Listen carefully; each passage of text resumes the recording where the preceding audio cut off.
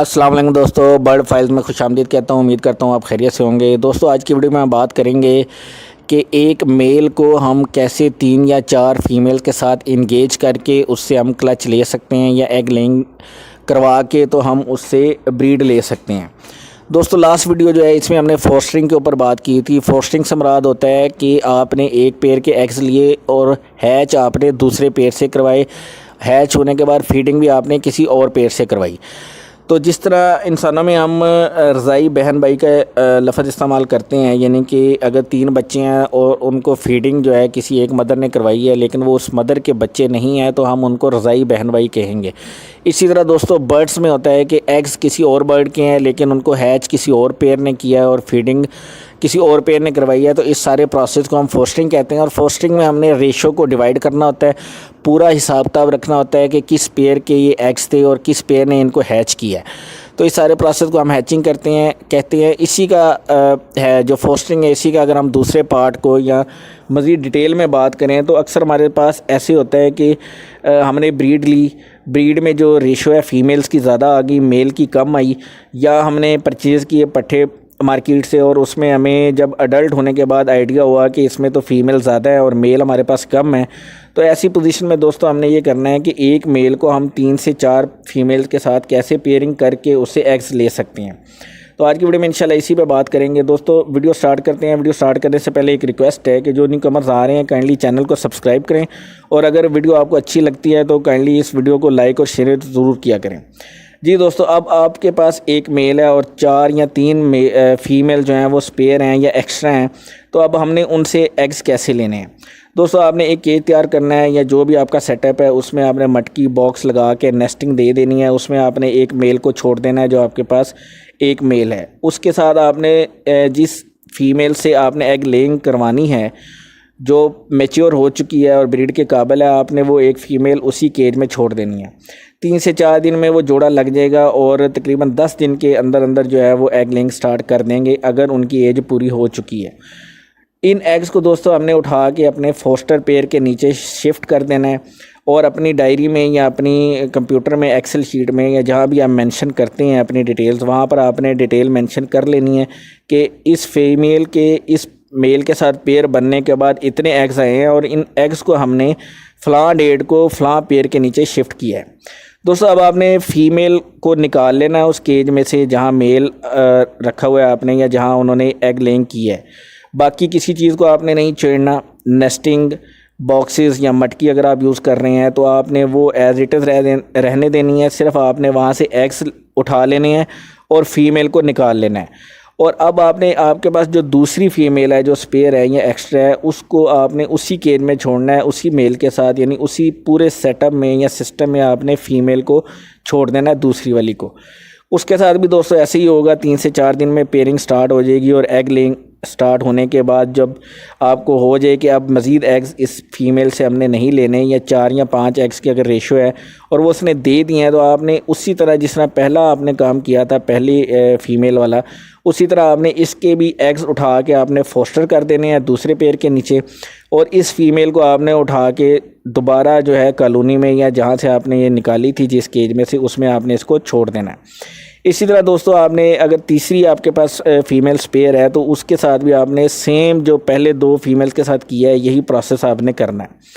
इतने अरसे में दोस्तों जब एग लेइंग तीसरी स्टार्ट कर देगी तो जो पहली फ़ीमेल हमने छोड़ी थी वो दोबारा रेडी हो चुकी होगी और आप उसको दोबारा छोड़ने की पोजीशन में होंगे। लेकिन दोस्तों इसमें एक बात आपने ज़हन में रखनी है कि आपके पास कितने फोस्टर पेयर हैं। अगर आपके पास फ़ीमेल्स 3 हैं, ये 4 एक्स्ट्रा हैं लेकिन आपके पास फोस्टर पेयर सिर्फ 2 हैं, तो फिर आप तीसरी फ़ीमेल को उसके साथ पेयर बना के एग लेइंग के बाद आप उसको नहीं शिफ्ट करेंगे, तो वो फिर उसी फ़ीमेल के थ्रू आप उस एग्स को हैच करवाएंगे उसी केज के अंदर। और अगर आपके पास फोस्टर पेयर ज़्यादा हैं और फीमेल्स भी ज़्यादा हैं तो आपने अब ये करना है कि जब तीसरी फ़ीमेल भी एग लेइंग कर देगी और आपने उसके एग्स उठा लिए हैं तो इसको आपने दोबारा पुराने केज में छोड़ देना और वहाँ जो पहली वाली फ़ीमेल थी उसको दोबारा आपने मेल के साथ छोड़ देना है।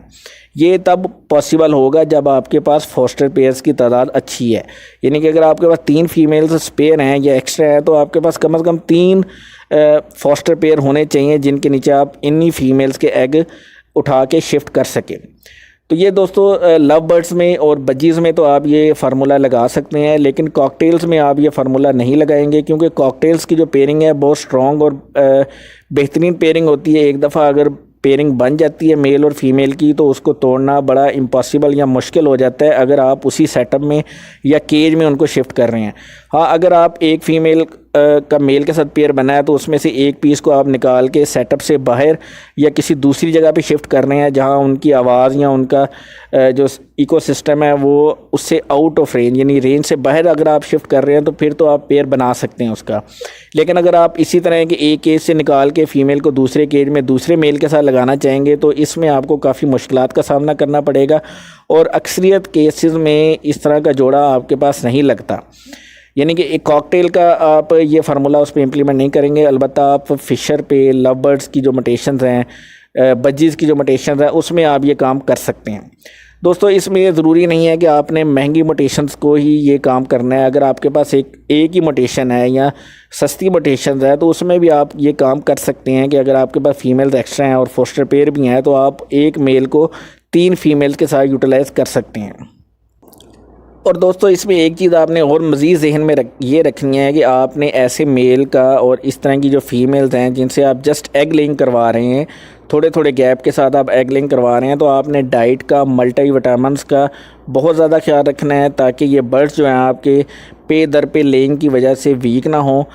अगर इस तरह का प्रोसेस है, आपने अपनी जो बर्ड्स की सेहत को देखते हुए, यानी फ़ीमेल्स हैं, जिस तरह एक फ़ीमेल को आप पहले केज में छोड़ेंगे, वो अगर 6 एग्स या 5 एग्स ले कर रही है तो तकरीबन 20 से 25 दिन के बाद आप दोबारा उससे एग्स ले रहे हैं, तो आपको उसकी डाइट जो है बेहतरीन और अच्छी आपको डाइट रखनी पड़ेगी उसकी। और इसमें अगर दोस्तों को फोस्टरिंग का समझ नहीं आ रहा कि फोस्टरिंग का क्या प्रोसेस था, तो उसमें इससे लास्ट वाली जो वीडियो है उसमें हमने फोस्टरिंग के ऊपर डिटेल में बात की थी और हमने उसमें देखा था कि कौन से पेज की फोस्टरिंग हमने कैसे करनी है और रेशो को कैसे मेंटेन करना है, और अगर छोटे चिक्स हैं उनकी फोस्टरिंग कैसे करनी है और उन छोटे चिक्स की जो फोस्टरिंग है उसमें कौन सा कुलिया यूज़ होगा। तो वो आप दोस्त जो हैं पिछली वीडियो देख सकते हैं, उसका लिंक मैं आपको डिस्क्रिप्शन में दे दूँगा। तो ये आज की वीडियो जो है ये समझ लें जो फोस्टरिंग का सेकंड पार्ट हम इसको कह सकते हैं, क्योंकि फोस्टरिंग के बगैर आप एक मेल से 3 फीमेल्स को इंगेज नहीं कर सकते। आपको एक मेल से 3 या 4 फीमेल्स अगर इंगेज करनी है तो आपको फोस्टरिंग का जो है पूरा तरीक़ाकार मालूम होना चाहिए। उसके बाद आप ये वाला यानी कि फार्मूला या ये वाला मेथड यूज़ कर सकेंगे। अगर आपके पास फोस्टर पेयर नहीं है तो फिर आप एक मेल को एक ही फ़ीमेल के साथ पेयर लगा सकते हैं। उसमें आप फिर 2 या 3 फीमेल्स को एक मेल के साथ पेयर लगा के उससे एग्स नहीं ले सकते, क्योंकि हमने इसमें तो जस्ट एग शिफ्ट करने हैं, तो इसलिए आपके पास फोस्टर पेयर होना बहुत ज़्यादा ज़रूरी है। तो उम्मीद करता हूं दोस्तों आपको समझ आ गई होगी। अगर अच्छी लगी है वीडियो तो वीडियो को लाइक और शेयर ज़रूर करिएगा। इंशाल्लाह नेक्स्ट वीडियो में किसी अच्छी इन्फॉर्मेशन को लेकर आपकी खिदमत में हाज़िर होऊंगा। अपना ख्याल रखिएगा, दुआ में याद रखिएगा। अल्लाह हाफ़िज़।